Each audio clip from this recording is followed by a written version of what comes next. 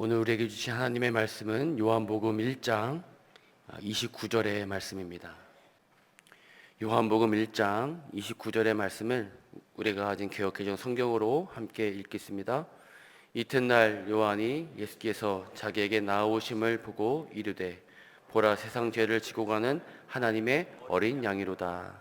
아멘. 오늘 말씀의 제목을 함께 읽어보겠습니다. 어린 양을 보라. 세례 요한은 자신의 시대의 마감을 알리면서 예수가 메시아이심을 소개합니다. 오늘 본문은 이튿날이란 말로 시작합니다. 둘째 날이 새롭게 시작되었다는 것이죠. 그리고 35절과 43절에도 이튿날이 계속 나옵니다. 이것은 어떤 시간의 흐름에 따라서 사건이 기록되었음을 알 수 있습니다.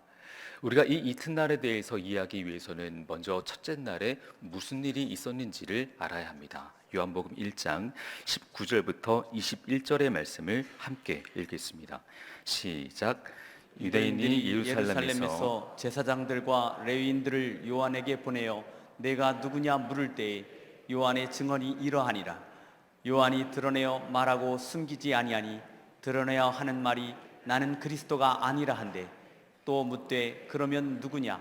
내가 엘리야냐? 이르되 나는 아니라. 또 묻되 내가 그 선지자냐? 대답하되 아니라. 첫째 날은 예루살렘에서 파견된 제사장과 또 레위인들이 세례 요한을 찾아온 날이었습니다. 세례 요한은 광야에서 회개를 선포하고 또 세례를 베풀자 많은 사람들이 그에게 몰려왔습니다. 이 소식은 종교 지도자들에게까지 전해졌습니다. 그러자 이들은 세례 요한이 누구인지를 알아보기 위해 세례 요한을 찾아옵니다. 그 이유는 어쩌면 우리가 그토록 기다렸던 메시아, 말라기 선지자가 말했던 엘리야와 같은 사람이 바로 이 사람이 아닐까라는 기대가 있었기 때문입니다. 이들이 묻습니다. 너는 누구냐? 그러자 세례 요한은 단호하게 대답합니다. 나는 메시아가 아니다. 나는 내 뒤에 오시는 분을 위해 준비하는 사람이다. 나는 빛이 아니라 그저 빛에 대하여 증언할 뿐이다. 그리고 그 다음 날, 오늘 본문의 둘째 날이 되자 세례 요한은 내 뒤에 오시는 그분에 대해서 소개합니다. 세례 요한은 예수님에 대해서 이제 29절부터 34절까지 두 가지의 증언을 합니다. 첫 번째 증언은 29절부터 31절까지, 그리고 두 번째 증언은 32절부터 34절까지입니다. 오늘 본문은 첫 번째 증언에 해당합니다. 먼저 오늘 본문 29절을 함께 읽어보겠습니다. 시작. 이튿날 요한이 예수께서 자기에게 나오심을 보고 이르되 보라, 세상 죄를 지고 가는 하나님의 어린 양이로다. 첫 번째 따라하겠습니다. 하나님의 어린 양. 하나님의 어린 양. 세례 요한은 자기에게 오신 예수님을 보며 말했습니다. 보라, 세상 죄를 지고 가는 하나님의 어린 양이로다. 여기서 보라는 감탄사입니다. 관심을 갖고 그 대상을 주목하여 보라입니다. 주목하여 보라, 이분이 바로 메시아이시다. 당시 이 말을 들었던 사람들은 이 말을 어떻게 이해했을까요? 유대인들은 로마의 압제에서 이스라엘을 해방시켜주는 영웅과 같은 능력자를 기다려왔습니다. 그런데 지금 세례 요한이 말하고 있는 이 메시아는 무력한, 아무 힘도 없는 어린 양이었습니다. 어린 양은 희생 제물을 뜻합니다. 죄로 인해 끊었던 하나님과 관계를 회복시키기 위한 화목제물입니다. 성경에서 어린 양은 아벨의 제사에서 처음 등장합니다. 그리고 창세기에서 아브라함이 이삭을 바칠 때 이삭을 대신해서 바쳤던 어린 양, 그리고 출애굽기에 나온 유월절의 어린 양, 또 레위기에서 제사를 드릴 때 제물로 바쳤던 어린 양, 그리고 이사야서에서 도수장으로 끌려가는 어린 양 등이 있습니다. 이 중에서 출애굽기 12장이 나오는 유월절 어린 양을 살펴보겠습니다. 출애굽기 12장 21절의 말씀을 함께 읽겠습니다.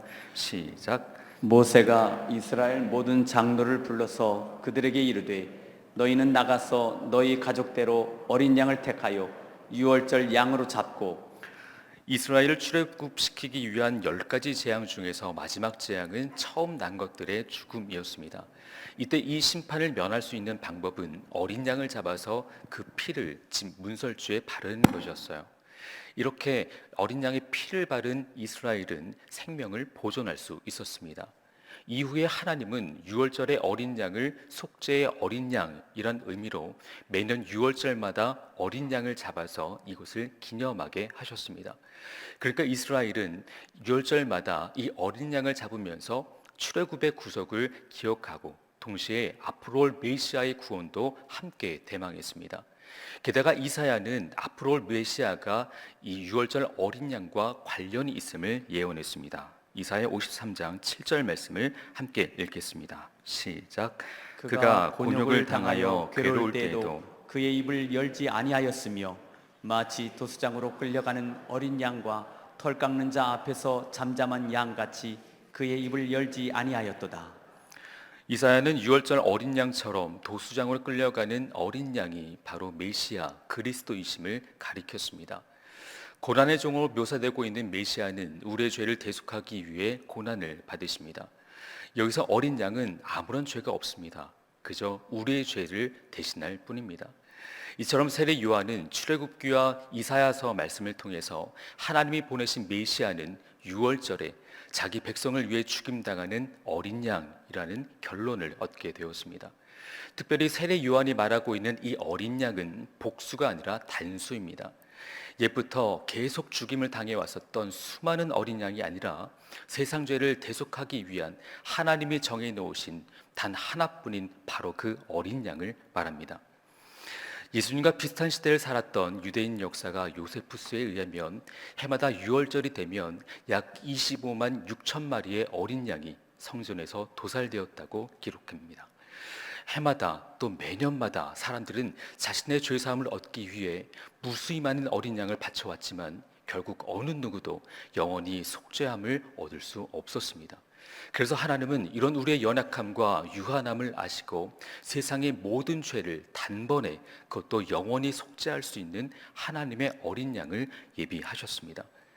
이삭을 바치러 가는 아브라함이 이삭에게 말합니다. 창세기 22장 8절 말씀 함께 읽겠습니다. 시작. 아브라함이 이르되 내 아들아 번제할 어린 양은 하나님이 자기를 위하여 친히 준비하시리라 하고 여호와 이레 하나님은 세상을 위해 어린 양 예수님을 준비하셨고 마침내 때가 되자 예수님은 사람의 몸으로 이 땅에 오셔서 온전히 자신의 몸을 세상을 위해 내어 주셨습니다. 그리고 계획하신 대로 어린 양은 세상 죄를 대신 지시고 십자가에서 죽으심으로 비로소 세상을 위한 구원이 성취되었습니다. 두 번째, 따라하겠습니다. 세상 죄를 지고 가는. 세상 죄를 지고 가는. 하나님의 어린 양은 세상 죄를 지고 간다라고 말씀합니다. 이 구절을 원문으로 지역해 보면 세상 죄를 제거하는 하나님의 어린 양입니다. 예수님은 단순히 세상 죄를 테이크업, 가지고 가시기 위해 이 땅에 오지 않으셨습니다. 세상 죄를 완전히 테이크어웨이, 제거하시기 위해 이 땅에 오셨습니다. 만일 예수님이 세상 죄를 제거하지 않고 짊어지시려고만 하셨다면 십자가에서 죽으실 이유가 전혀 없으셨습니다. 하지만 예수님은 세상 죄를 완벽하게 끊어내기 위해 이 땅에 오셨습니다. 이것이 어린 양의 사명이자 임무였습니다. 말 그대로 어린 양이신 예수님은 자신의 삶 자체가 세상 죄를 지고 가야만 하는 삶이었던 것이죠. 예수님도 이런 자신을 가리켜 말씀하셨습니다. 마태복음 20장 28절 말씀 함께 읽겠습니다. 시작. 인자가 온 것은 섬김을 받으려 함이 아니라 도리어 섬기려 하고 자기 목숨을 많은 사람의 대속물로 주려 함이니라. 세상 죄를 지고 간다라는 말에서 레위기 16장이 나오는 아사셀 염소를 떠올릴 수 있습니다. 아사셀이란 떠나는 염소를 뜻합니다. 대제사장 아론은 살아있는 염소의 머리 위에 자신의 두 손을 얹고 이스라엘 백성들의 모든 죄를 하나님께 아뢰면서 그 죄를 염소에게 전가시킵니다. 그리고 이 염소를 광야로 보냅니다. 이스라엘의 모든 죄를 가지고 광야로 간 염소는 사나운 맹수들에게 찢겨 피를 흘리며 죽어갑니다. 예수님은 이렇게 하나님이 정하신 아사셀 염소처럼 이 세상에 오셨습니다. 그리고 세례 요한은 세상 죄를 지고 가는 예수님을 보게 되자 세상을 향해 외쳤습니다. 보라, 하나님의 세상 죄를 지고 가는 하나님의 어린 양이로다.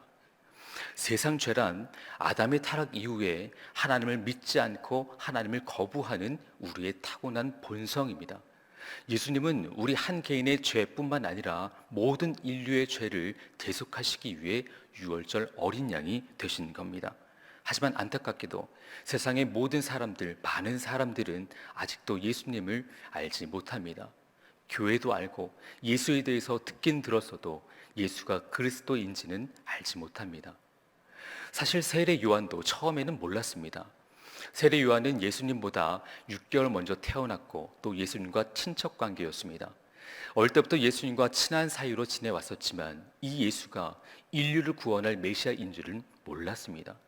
하지만 성령의 인도하심으로 눈이 열리고 귀가 열리자 우리가 그토록 기대하고 고대했던 그 메시아가 바로 이 예수라는 것을 알게 되었습니다. 여러분, 복음이 무엇입니까? 예수님께서 나의 모든 죄를 짊어지시고 십자가에서 죽으심으로 우리가 구원을 받았다는 겁니다. 이것은 진리입니다. 그리고 이 진리를 믿는 것이 바로 믿음입니다.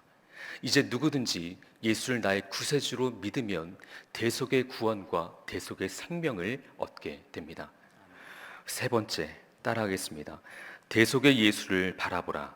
대속의 예수님을 바라보라. 사복음서는 전체가 89장으로 되어 있습니다. 이 중에서 4분의 1인 25장이 예수님의 고난에 관한 내용입니다. 왜 복음서는 이렇게 많은 양을 예수님의 고난에 할애했을까? 그 이유는 창세기로 거슬러 올라갑니다. 창세기 3장을 보면 선악과 사건이 나옵니다. 에덴 동산에 있었던 아담과 하와는 선악과를 먹음으로 죄를 짓게 됩니다. 그러면서 자신들의 수치를 알게 되자 무화과 나무 잎으로 엮어서 자신의 몸을 가립니다. 하지만 나뭇잎으로 자신의 부끄러움을 가린다는 것은 역부족이었습니다. 이것을 지켜보셨던 하나님은 아담과 하와를 위해 가죽옷을 지어 입혀주십니다. 여기서 가죽옷은 어떻게 만들어진 걸까요? 아마도 가죽을 얻기 위해선 어느 짐승이 죽어야만 했을 겁니다. 이것이 성경에 나오는 첫 번째 희생입니다. 아담과 하와가 사망에 이르는 죄를 지었는데 짐승이 이들을 대신해서 죽었습니다. 여기서 인간은 처음으로 죽음의 실체를 봅니다. 죽음이란 곧 희생이라는 것을 깨닫게 되는 것이죠. 가죽옷이란 우리를 살리기 위한 누군가의 희생, 즉 이 땅의 구원자로 오셔서 우리의 죄를 대신해서 죽으실 메시아 그리스도를 예표합니다. 이렇게 하나님은 인류가 타락한 그 순간부터 세상을 구원하기 위한 대속의 역사를 계획하셨습니다. 사도 바울은 이런 하나님의 놀라운 은혜를 깨닫자 그리스도께서 죽었던 너희를 살렸다라고 말합니다. 그러면서 우리는 이제 그리스도로 옷 입게 되었다라고 기뻐했습니다. 우리는 죄인이지만 우리가 예수를 믿게 되면 예수의 피와 예수의 의가 우리의 온몸을 덮어주셔서 죄의 종로를 됐던 옛 사람이 죽고 예수의 보혈로 인침받은 새 사람이 됩니다. 이것을 가리켜 대속이라고 합니다. 대속이란 대가를 지불하고 대신 지불했다는 뜻입니다.